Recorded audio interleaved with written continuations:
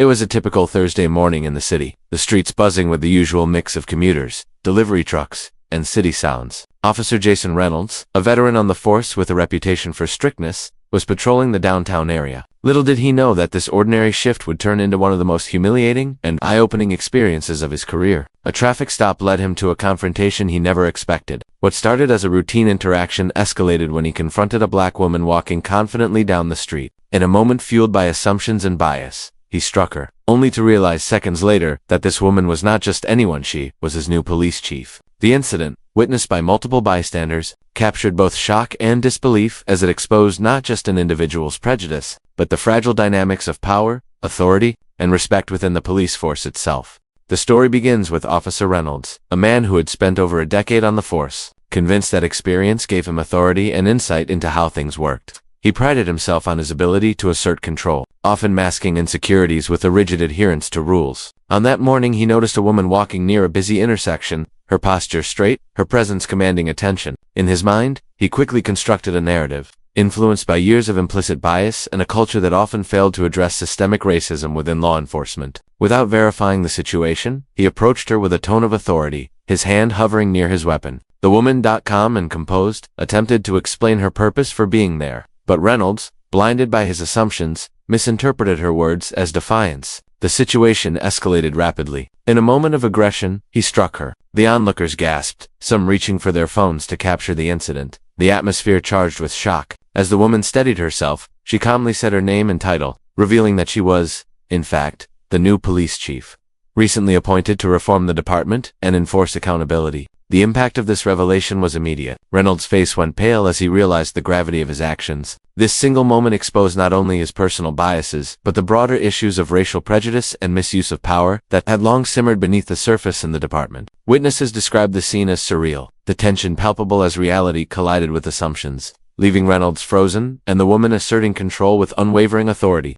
The aftermath of the incident sent ripples through the department. News of the altercation spread quickly, not just within the precinct, but across the city. Internal affairs were called, and officers were interviewed about the incident. The woman, the new chief, handled the situation with remarkable poise, demonstrating a combination of assertiveness and composure that immediately commanded respect. Her approach to discipline was meticulous. She insisted on transparency and accountability, using the incident as an example of how unchecked bias could jeopardize both careers and public trust. Reynolds faced scrutiny from multiple angles. His colleagues, the media, and city officials questioned how a seasoned officer could make such a grievous error in judgment. The chief used this moment to emphasize the importance of implicit bias training, ethical conduct, and the cultivation of empathy within law enforcement. She organized sessions where officers were confronted with scenarios designed to challenge assumptions and examine their own prejudices. Public response was mixed. Some criticized Reynolds as a symbol of systemic racism, while others highlighted the need for reform and proper training. The incident became a pivotal teaching moment, demonstrating the destructive consequences of racial bias in positions of authority. Within the department, it sparked debates,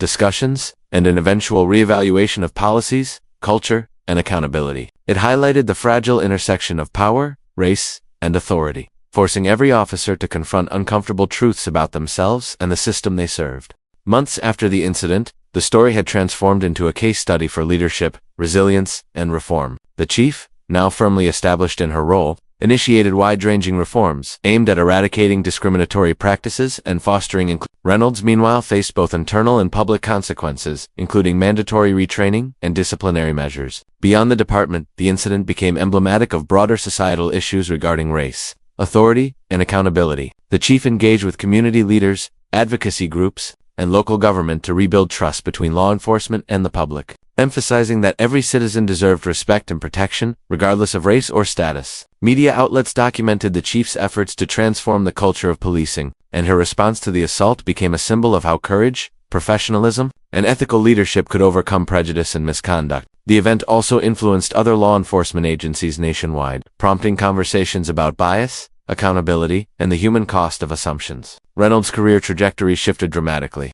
He had to confront his own biases, question his sense of authority, and navigate the repercussions of a single moment driven by prejudice. The incident remained a cautionary tale, a constant reminder that positions of power demand not only competence but humility, reflection, and an unwavering commitment to justice. Public perception of the department changed. with the chief's decisive actions gradually rebuilding trust, proving that leadership was measured not just by authority, but by integrity and courage in the face of wrongdoing.